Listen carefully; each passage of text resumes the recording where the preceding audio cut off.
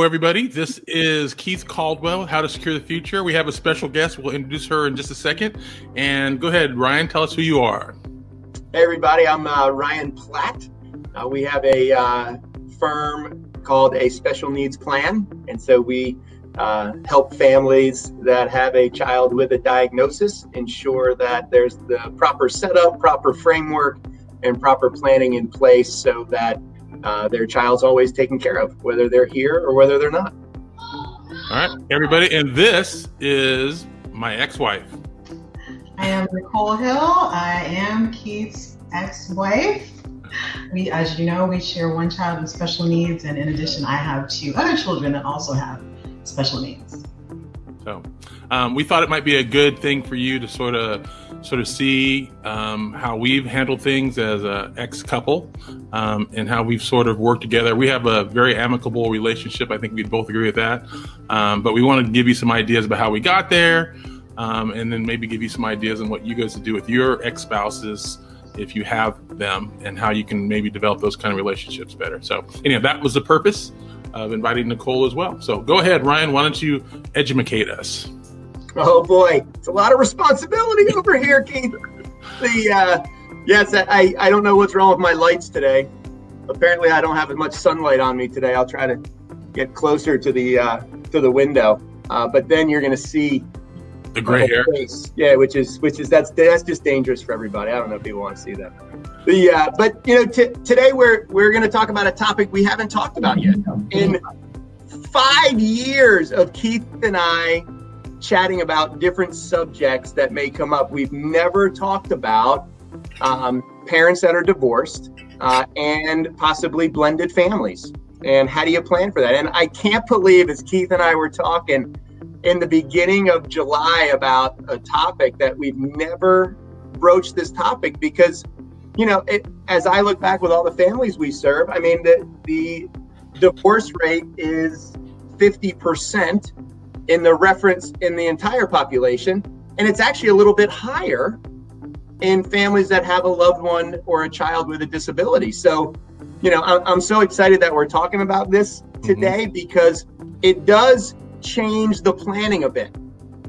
One, as Keith and Nicole said earlier, they are amicable, especially in making sure that their son is taken care of. So even if they have disagreements on other things, they're able to put those aside to talk about their son. And that's one of the most important pieces. And that is the biggest hurdle for a couple to get over initially, right? Because again, I've never been through a divorce. Obviously, we serve a lot of people that have. My brother is, you know, his sister-in-law, a lot of family members. And we know there's, you know, especially when a divorce is fresh, there's pain there, right? And there isn't always, you know, friendliness. True. You know, and it can be a little adversarial there in the beginning, and that can cause some scars that take some time to get over. And so one of the things you really have to be in a place of, which can be hard to get to, is you really need to be able to see the long-term view of what you want for your child that you both love and care for. And sometimes that does take a third party to bring that together. Just because sometimes it can be hard, just because of what can occur. And every divorce is different, right? Every separation is different. And then especially if we all of a sudden now have one or both people are in a relationship with somebody different, and then they may have kids as well, or you know, you have children together with another spouse, and how does that impact the planning, and then how are they involved in it? So what it does is you just want to think of it as almost layers of plans is one of the things that we always talk about when we're meeting with a mom and dad who are now divorced, right? And sometimes we have those meetings. We actually meet with the mom and dad who are divorced, and what we try to explain is you really need almost 3 different plans, right? You need a plan for kind of your, either if you're a blended family now, right? Maybe one side, like, and I'm just going to use Keith and Nicole as an example. Perfect. They're here, and so they can share how this really works. Is that, Nicole's remarried with 3 other children. Keith is not, right? So each of them needs kind of their individual or family plan that's no longer connected to each other, right? And like Keith and Nicole don't need to know the details of those plans. But one person needs to, which is why if you're a divorced family or a blended family, having a professional planner is really important, because somebody needs to know the details of each plan so that then you create the plan for your child with a diagnosis. And those 2 plans eventually need to lead to that, or at least be a portion to that. So you're almost creating 3 plans. You have the plan for each individual or each individual's family, and then you have a separate plan just laid out for your child with a disability and diagnosis. And that plan includes all the pieces we've always talked about before. Are we doing guardianship? Who's going to be the guardian? Can we do what's called an and/or guardian, so that when they're with one person, they can make a decision. When they're with the other person, they can make a decision. Do we, how are we going to do a special needs trust, right? Are we okay having one and then both of our individual plans feeding into it, right? Or are we not comfortable with that? Do we both want to have our own, right? And then how is that going to function in the reality of when both parents are gone and those trusts are really working, right? And I know in kind of, Nicole and Keith's situation, they have their oldest son, who is he's a very responsible guy. I've met him. He's going to be in charge of a lot of stuff. And does he need to be in charge of 2 special needs trusts, or is it easier for him to be in charge of 1? And in their case, he might be in charge of 3, but that's a different that's a different story just for their plan. But anyway, but that can happen, is that he might be in charge of 3, but for 3 different people. And so again, when we have those blended pieces, we need to talk about the structure that first both mom and dad agree to for the child with a diagnosis.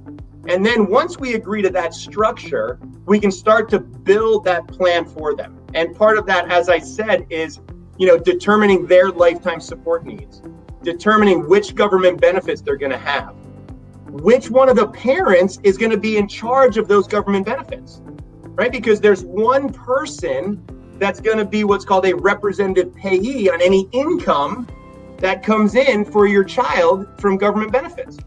Well, we need to understand what's the role of that person, right? And sometimes, like I said, it's easier for a third party that both people trust, and that's, again, a hard thing to find sometimes, right? Is to say, hey, based upon both your skill sets, based upon both your professions and your careers, based upon both your family situations, it would be best if this person ran this piece, and here's why. Here's the role, here's their responsibilities, here's what they have to do. We think this person would be better for these reasons, right? So that, again, we're kind of understanding all the pieces that need to be part of it, and then determine, okay, what's going to be the best role for each of, what's the best responsibility for each parent, just based upon where they are in life at that moment. And then understand what that lifetime support need might look like. So both parents, mom and dad, talk about, hey, what would we want for our living arrangements going forward, right? Obviously, if one person passes away, in a divorced family, it's almost, I wouldn't say easier to plan, but when you're a married couple and you're going out to eat dinner, and there's more of a chance that a still married couple with their kids could die together in the same moment, right? You go out to dinner together, you get run over by a truck in the car, and you're both dead. As a divorced couple, you're both not dying on the same day, right? Unless we run the cars into each other. Well, that wouldn't be amicable, but you're right. That could definitely happen. And so some things have less of a chance of happening, right? And we want to understand what those are, so then you can build the framework together. So some of those things, like a catastrophic issue of both parents dying at the same time, probably not a big risk for a family that is, for a mom and dad that are divorced, right? So some of those are a little bit easier to plan for, right? With a divorced couple. And so we just want to understand, what do we want for that framework for our child with a disability, right? First and foremost. We certainly then want to understand what we want if we have another child together, like you guys do, right? You guys have 2 children together, so you're co-parenting really 2 children. One I know is turning into an adult, but he's still a college kid. The very responsible one, but still a college kid. Still things you guys are paying for from a financial thing, so something you guys have to agree to, right? So if that's the situation, you also almost have a plan for that other child as well, right? So you almost have a plan for the child that doesn't have a disability, especially if they're younger, right? If all of a sudden we have a 14-year-old without a disability and a 10-year-old with a disability, and we're divorced, well, geez, if one of us dies, we need a plan for both of them, right? So you almost have those layers of plans. And then, like for Nicole, she has 3 other children with her current husband, right? And so their plan is over here kind of separate, but we need to understand what it looks like, so that God forbid something happens to Nicole specifically, we understand how it feeds into her current kind of married and their children's plan, as well as Keith and Nicole's kids over here in their plan, right? Because those are different. I was on the telephone the other day with, again, a blended family, and they have 2 children each, right? None biologically together, but they have 2 children each from their previous marriage. One of them has a disability. And it was one of those conversations that can be a little challenging. Like, well, if I die, I don't want all my money going to you. I mean, I love you and I trust you, but I don't want all of it going to you, because then you're deciding on my biological kids getting money or not. Not that I don't trust you. I know you like them.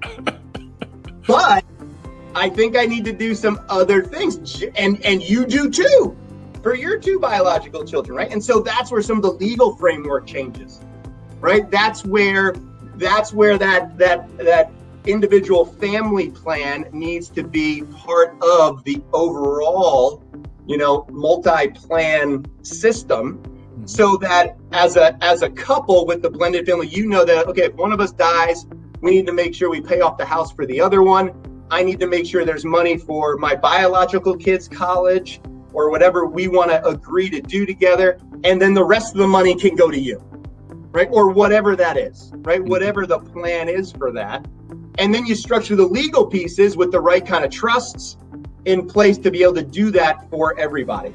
So it's definitely a more advanced type of planning, because there's more places where the dollars go, and there's more buckets to create to ensure that everybody's protected the way that all the parents want them to be. Well, I'd just like to add one thing, because I think this would be helpful. Because even though you're saying that it's more complicated, it's really the same as what we've always been talking about. But it's just this is Keith's little area, this is Nicole's little area, and here's the area that combines the 2. Whereas I have to be concerned with my oldest and my son with a disability, she's got to be concerned with those 2 and her other 3. So that's her plan is over here is a little bit more comprehensive, or it has more, things he has to be concerned with. But the whole concept in terms of the communication plan, the special needs trust, the beneficiary designations, and all the things that we've always talked about stay the same, but you just start laying it out differently, right? Exactly. Yep. You hit the nail on the head. So again, you know, for you guys right now, Nicole's kind of family plan that leads into Xander and Xavier's plan. Those are their two boys together, everybody, in case you didn't remember. You can call them X1 and X2. X1, the X-Men, baby. I love it. There you go. And so, you know, more than likely, Nicole's is a little bit more complex, or just because there's more people involved. Right? Nicole, you have a husband that needs to be involved in your other family plan because you guys need to decide things, right? Keith is like, well, I just want to do this. He doesn't have to talk to anybody about it. He doesn't have to agree with anybody on his personal plan. He needs to agree with you, Nicole, on your boys' plan, and then figure out, okay, well, here's what I can put towards those lifetime support needs. This is how I'm going to do it, you know. And then he adjusts his beneficiaries on his side to be effective. You adjust your beneficiaries based upon, you know, the 7 of you that you're thinking about. And then you guys start to build things that are going to be together. And some of those is, you know, the special needs trust, the government benefit structure, the guardianship, some of those legal pieces. You know, sometimes we even have, you know, parents together who are divorced. We have them say, hey, here's what our child needs with a diagnosis. Well, the best way to do that, and I'm not saying that, one of the ways that we've found parents to decide for them, everybody's different, but they've decided, you know what, we're going to both put money in to a survivorship or second to die life insurance policy that both parents are insured on, and they both pay 50%, but it doesn't pay out till the end of both of your lives and funds the trust. Right? And so that way you're like, all right, I don't have to share my plan, but this is how much we can put to it and make sure that our son's taken care of, our daughter's taken care of. Okay, what's the best way to do that with that chunk of change? Right? When you get down to the details of what that really looks like. And so again, it's all the details of it and the action steps are always going to be different for every family. But it is, hey, how do we, you know, the first step is, you know, how do we come together to have a reasonable conversation? And that's always the first step. You guys have gotten beyond that, which is great. Some people aren't yet, you know, like we said, that's always going to be different. But, you know, the first step is coming together for that reasonable conversation. And figuring out if we can kind of make some co-decisions together about long-term planning. Can I ask you a question? And I want to use this as the example first, because Nicole and I can obviously talk about how we were able to be amicable with this, but what happens if you're not? I mean, let's say that, because I've talked to parents out there, almost always the mother, whose father is not really involved or not super involved, or, you know, whatever he's done, he's off doing his thing. I'm a very involved dad, so I've always been that way. But what if a parent has an ex and they're just a jerk? How can they protect their child? Because whether the person's a jerk or not, when both parents die, things are going to go in place that's going to potentially negatively affect the child. That whether jerk dad or jerk mom is willing to play or not, it's still going to affect. How can you protect the child in that case? Yes, great question, because that does happen a lot as well. So what we do is, with the parent who is more of the planner or is more concerned about it, we do a full plan for them. So they would do the plan, and then they would create kind of the pieces themselves, knowing the other person's not really going to want to be involved in it. And then what I ask to do is, and that's why having that third party could be good, is just to say, hey, you know, let me call them. Let me try to talk to them. Because again, all we want to do in that respect is say, listen, this other you know, the other person that you don't like very much is just going to put the framework together and it's going to be correct. What we just want to do is ask you to plug into it whenever you're ready, and it's purely for your child, right? There's nothing that your ex-spouse can do with anything that you might financially contribute, right? They can't do anything for themselves with it at all. That's how it's going to be structured. That's how it's going to be detailed. But if we don't do it that way, then your child might lose their future housing, might lose their future income, might lose all their services that they're receiving. You know, not as a scare tactic, just as education, because they might not know, right? And a lot of people won't know. And so we've done that, as we've tried to do that in the best way that we can with communication tools like the letter of intent that we've talked about, like education on beneficiary designations, as we've talked about before, Keith, as well. But that just makes it a little bit more challenging. But again, my goal is always to at least have the pieces to communicate. Well, we're just spitballing here because Nicole and I fortunately don't have that dialogue, but I hear even in the chat, some people are asking about that. So what if you have an ex who's a jerk and won't take your call? Is there something that the person who is the organized planning parent can do as best they can to take care of it? They're responsible for the dollars and cents. Everyone gets that. She knows that, or he knows that. But we want to make sure that, you know, derelict dad over here who's not taking care of responsibilities doesn't inadvertently, because he doesn't plan, screw up what you've done here. Because as you know, Ryan, if he has no thing will and he's got a biological child, he's going to get a portion of his proceeds whether he wanted to or not.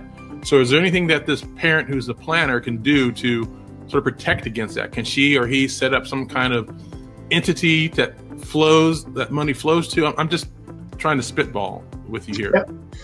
So yes. So one, and we've had this happen already. And so what we've had to do is one, we set up that ABLE account, again, which is one of those things that you can divert money to quickly if it comes in. I know it has a limit on it. But if that does happen, then one of the things that we always love to talk about is making sure that you continue to stay in touch with any of these professionals, or with how to secure the future, right? That keeps you up to date on these things. And I mean, unfortunately, Keith, if that money flows in and it's higher than the ABLE, what we have to do is we have to get an attorney to set up that first party, a D4A special needs trust, as fast as possible. And before that money's dispersed from the estate, get it into that trust. So there is a theory then that ex-husband dies. We know that money's going to potentially flow over here. Planning parent can say, hey, I need to set up a special needs trust, first party trust right away. And then tell the estate, don't pay it to Xander, pay it to new trust. Yep, exactly. All right, so there is that lag time. I didn't know if it was like an instantaneous thing. So until this, as long as the executor, who's the person who administers the will, right, and is going to release all those dollars, gives you enough time to do it. So that's where you could be a nice person and get some things with honey, as opposed to. Yes, exactly. And we just had that issue last year, and it was a husband and wife, and ex-wife and ex-husband, and ex-wife passed away and left money, didn't do any planning. And lucky enough, her brother was the executor. She didn't have a ton of money, but it was more than $2,000. And he was nice enough to be educated. You know, all of a sudden he came into the office with the ex-husband. So the two ex-brother-in-laws are in there. So that was interesting. And he just said, he's like, listen, I just want to do what's right for my niece. So whatever you tell me, I'm going to do. And that's especially with that next level, unless there was something really egregious happened, like, you know, physical abuse or mental abuse. You know, usually the brother-in-laws or sister-in-laws can, you know, be like, okay, I wasn't right here. I was one step removed, so it's not as adversarial. And in that event, you know, okay, you know, the S just hit the fan because my brother or sister died, and here's the situation. So usually what we've had is they're a little bit more amenable to, you know, doing what we ask them to do. That makes sense. Which is what we had to do. We had to get the attorney to get that D4A trust set up, and he just waited to do it. All right, so we're being asked to have Nicole speak.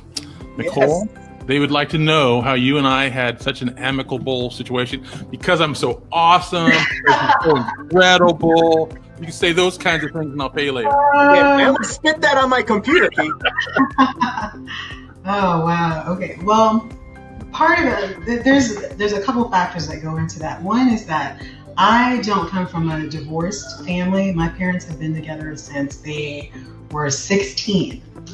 They got married when they were 18. They had me when they were 19. They had 4 more kids after that, and they are about to celebrate their 49th wedding anniversary. So all I know about marriage and communication has been good. So it was very difficult when Keith and I got to the point that we had to get divorced after being married for 12 years. And we went through a period of time where we did not get along very well. There were a lot of hurt feelings at the beginning of getting divorced. But when you have children together, and particularly when you have a child that has special needs, you realize that, A, this is a person that even though your marriage with them is not going to continue, you forever have to have a relationship with that person. And in realizing that, you also have to know that there is no one else on the planet that loves that child as much as you than that person you created that child with. And so when you move forward with making decisions, you always have to know that the two of you always have your children's best interest at top of mind. And so for me, I always know that Keith is always thinking in the best interest of our children. He even thinks of the best interest of the children I've had with my current husband, because really the family unit that you create is a little bit different. I know that even my husband and Keith, you know, there's a little back and forth at the beginning because, you know, they don't know one another. Who is this person coming into my children's life and all of that. But you eventually get past that because you realize that everyone loves the children, and that's not a bad thing. So if these are all people who love your children, then you all want to make the best decisions possible moving forward together. And so because of that, you know, I think that helps when, like, you know, you have like custody days and custody time when you have kids. And, you know, we do a more structured thing during the school year because obviously there's drop off, pick up, all of that stuff. But like anytime Keith calls and he says, hey, I want to come pick up Xander and do this, I'm like, cool, you can come get him. You can do that. And I know that doesn't work for everybody because of distance. But in the back of my mind, I know people who hold on to that and they're like, this is my day. He can't have him on my day. Okay, but why? Why would you want to deprive your child of spending time with the other parent that loves them? And so for us, we just do what's in the best interest of the kids. And so whatever hurt happened from our relationship, like I moved past that a long time ago. And I'm sure that Keith has too. And that's why we're able, I know people are always surprised when we say we get along. I like him, he likes me, he recommends me for things, I recommend him for things, because we have a different kind of relationship that's much better than the one that we had when we were married to one another. So I hope that answers that. Well, is that good, Richard? So, and to answer the question, I would say that Nicole and I have always been very amicable and friendly towards each other, and we both had that same commitment early on that we were going to do whatever's best interest of our child. So it was not a tough lift for us to do it. In fact, when we went through our divorce, even though we had lots of assets, we did not hire an attorney. We had a mediator who says, here's what the assets are, split them up. Okay, we wrote her one check for a lot less than a lot of people do by going through the whole, I got my attorney, you got my attorney. The only one who wins on that is the attorneys, right? So we we realized that we don't want to do that. So we hired a mediator who told me this, told her that, and said, here's where you're at. And we were done like that. So even when we went through our divorce, we had it very amicable in that way. But I know not everybody does. So that's why I sort of wanted to sort of talk to you about that, Ryan. Anything else you'd like to add there, Nicole, about that? No, I think that helped as well. I think a lot of people go through divorce and they're trying to hurt the other person because they're hurt. And then I think you have to realize that you have done enough hurting, back and forth in the relationship. So why end it that way? Because when you have children, you still have to move forward with that person. So you have to let that go and then each just move forward on a path where you just decided that we're not going to hurt one another anymore and just do what's in the best interest of your children. Right. I think that's a fair thing. Now, Ryan, let me ask you a question that I was curious about. I know that Nicole and I are both alive, but is this similar planning for a new or unfortunately about to be a widow? I mean, so someone's happily married now, and people die unexpectedly all the time. So is the things that we're talking about here relative to that, is it the same? Is it different? So if someone has a terminally ill spouse, we all know that person's going to go soon. They've got time to plan. But what about someone who doesn't, and their spouse, something happens to them tomorrow, for example? Is the things we're talking about relative to that similar? In terms of kind of the emergency kind of planning? Yes, it is. So it's just going to depend on kind of how they have things set up. So a lot of times in most states, if you're married, assets, even if you don't have a will, and this isn't every state, so don't quote me everywhere, but even if you don't have a will and you're married, most of the time if one person dies unexpectedly, that the other one's basically going to get the assets, right? And they're not going to go to the kids as long as that other person is married. Also, a lot of times you might have accounts that are jointly owned, right? And so jointly owned accounts automatically go to that other person, right? They don't go through the will, they don't go through anything else. And then, the other piece that comes through is, if somebody had a retirement account, like a 401k at work, or they had some life insurance, those all flow by what we call those beneficiary designations that we talk so much about, because they're important, because they don't care what your will says, whether you have one or not, they go directly to that individual who's on that line as the beneficiary. And most of the time, if we're spouses, at least the spouse's name is on the primary beneficiary line. Even if you don't have a secondary one, you usually at least have your spouse as primary. And so as long as you have those things, as long as most of your things are jointly owned or they're in accounts that have a beneficiary on them, the child's not going to really get any of those assets anyway, as long as those beneficiaries are that other spouse. So there won't necessarily need to be a lot of emergency planning, except sometimes there are some states where you don't have a will, that it is true that 50%, so let's say a spouse dies without a will, there are some states that have what are called intestate laws. All states have those. Those are just, hey, here's what happens if you don't have a will in our state. And there are still some that'll say that 50% of your assets go to a spouse and 50% gets split up between your kids. And if that's one of those states and that's what happens, then yes, that emergency planning is exactly what we'd have to take place. Is we'd have to go get that first party or D4A special needs trust, open up an ABLE account, see how much we can put in the ABLE account versus the D4A trust, and do it that way. So I had a thought that just came to mind too. So Nicole, I'm just talking about from our perspective, because her and I have never talked about this. Alert from Google Chrome. But as you know, I've thought about it. So I'm older than Nicole, so it's highly likely that I'll be the one that goes first, right? Most likely. If Xander is underage, right, and not living living with her or with me, then he's automatically going to go to her. But let's say that, so if I die first, Xander's got primary, so that takes care of that. So my plan goes in effect to provide funds and whatever for him through this side. But what happens if she dies first, right? Is it just the reverse, that Xander would come to me and then her plan would fund all that from her side?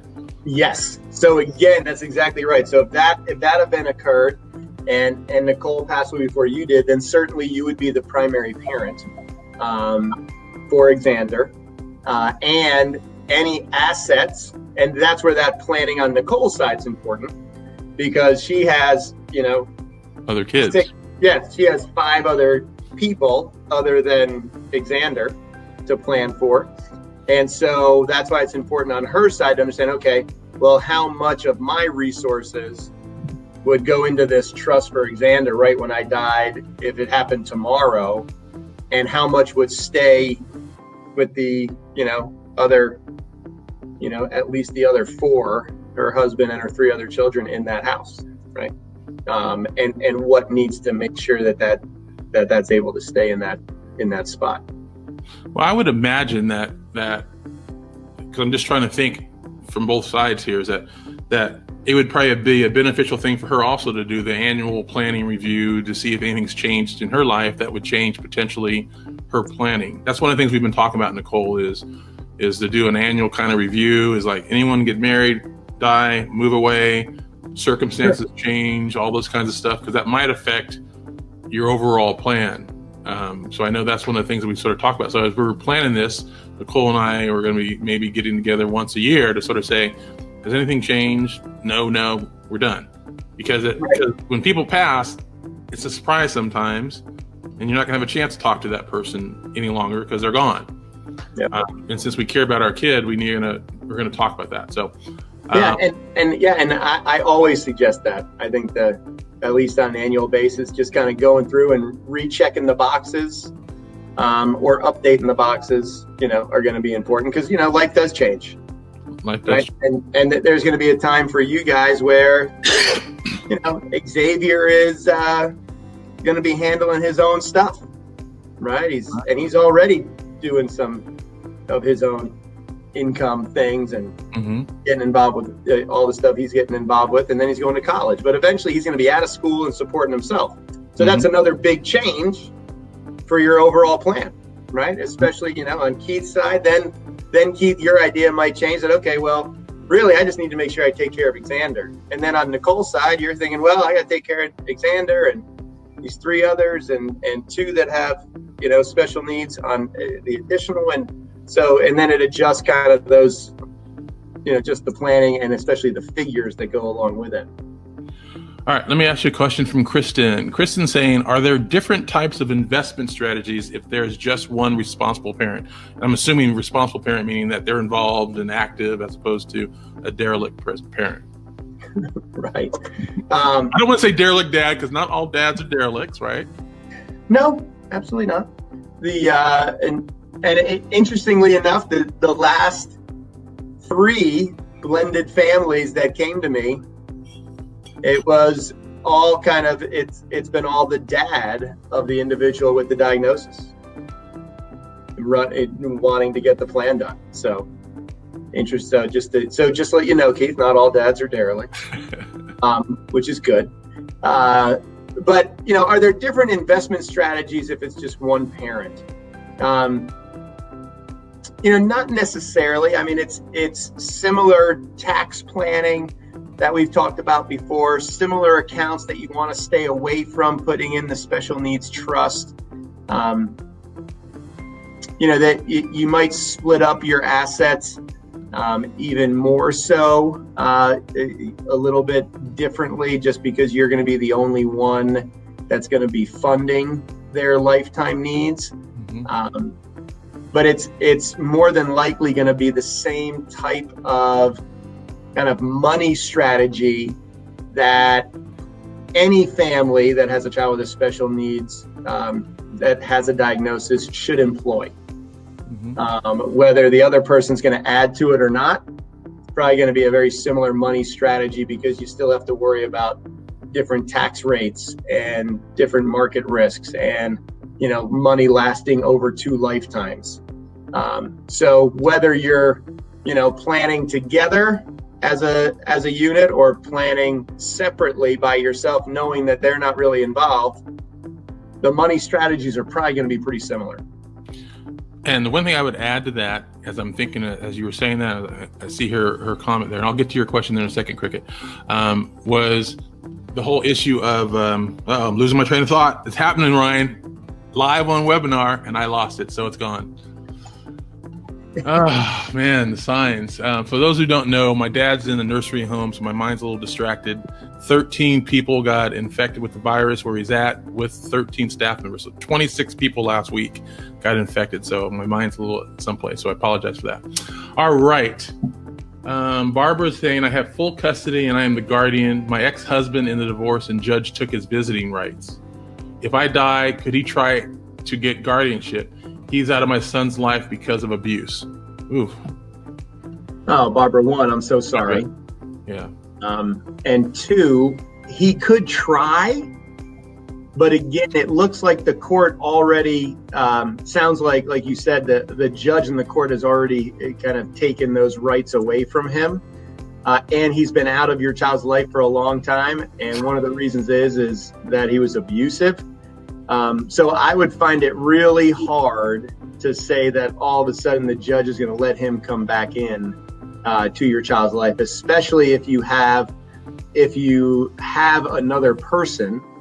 And this is one of those things that I don't know if you do or not, but if you have another person who has more involvement in your child's life, who's more of a positive influence, and that they can show that, then that I think it'd be a hard thing for them to give your son, kind of give his guardianship back to your ex.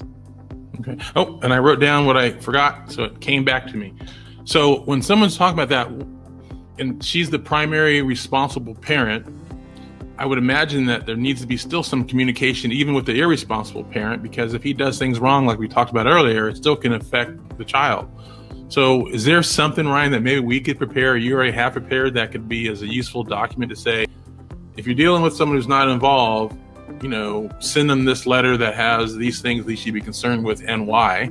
That might be helpful if you don't have something like that, because let's say derelict dad is irresponsible, but his mother is super responsible, so you could maybe include her in that communication stream. I'm just trying to think outside the box, because what I'd hate to see happen for any parent that we've worked with, or any parent at all, is they spend all this time and money putting together a plan, and then derelict dad dies unexpectedly after she's passed, and your son gets $20,000 or more, and now that kid's kicked out of his home that he's living in. He doesn't get the government benefits he was used to getting, and all that's done.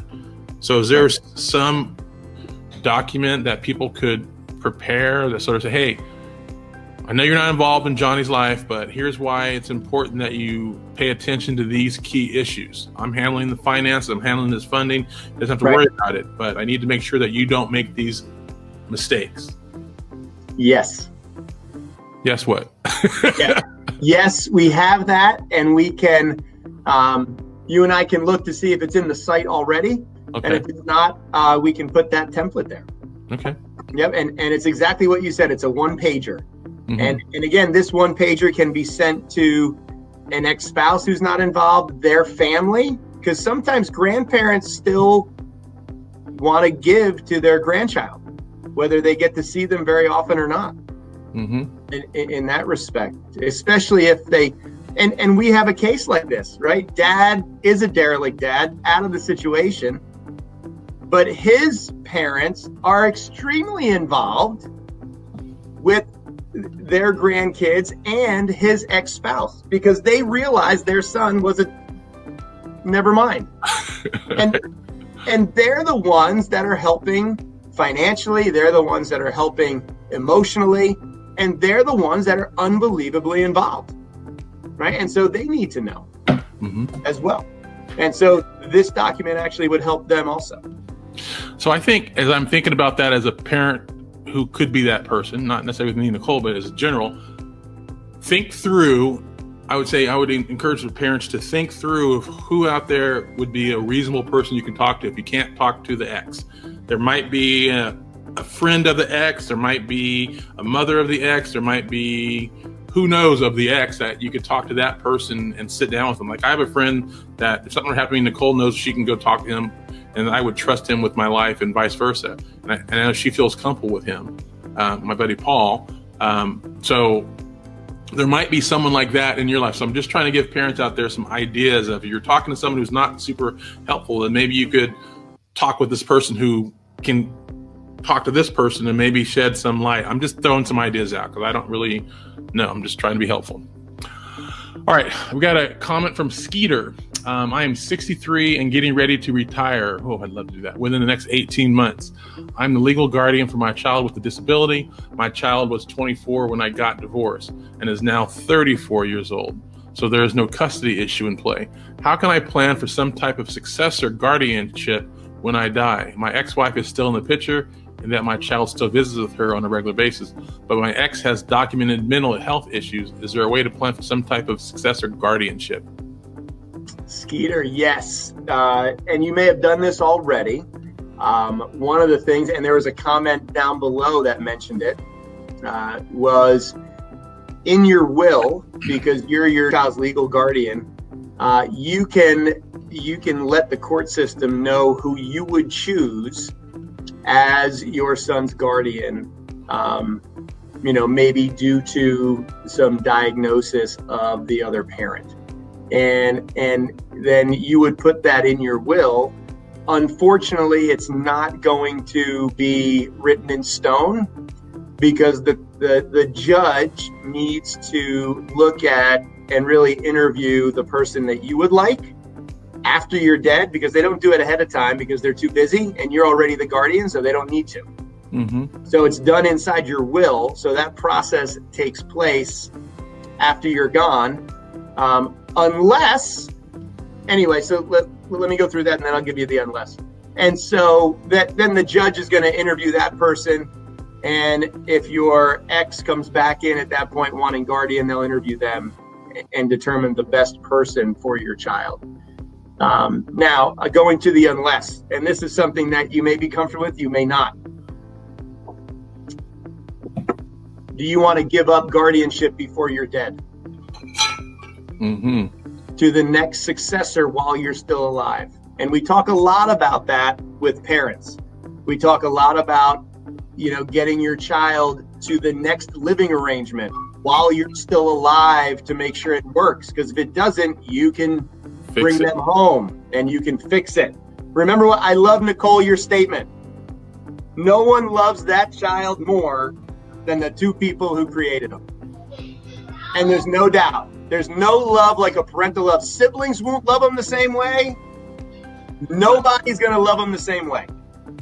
And so that's why I say if you are able and can get over that emotional and mental hurdle of trying to get them settled as much as possible without you while you're still here, when you can take the reins back if it doesn't work, the better off they're going to be. And that could include this successor guardian. Maybe not right away you leave those guardianship, you relinquish guardianship yet, but identify a person, talk to them about it. And then you may want to say, hey, I'd like to go to the court system to have you officially be their guardian, even though I'm still here. Mm-hmm. If it's that big of a concern, and if that won't cause too many issues, in terms of scheduling a doctor's appointments and all the day-to-day pieces that you have to consider in that decision. And I think that'd be helpful also, because someone says they want to be a guardian and you think they want to be a guardian, but until they're actually the guardian, they may be like, oh, I don't know if I can do that, Ryan. I tried to be the guardian. You would want to know that while you're still here to say, well, that didn't quite work out. We thought that Sally could do it. And Sally's like, I can't do it. I didn't know this was so tough.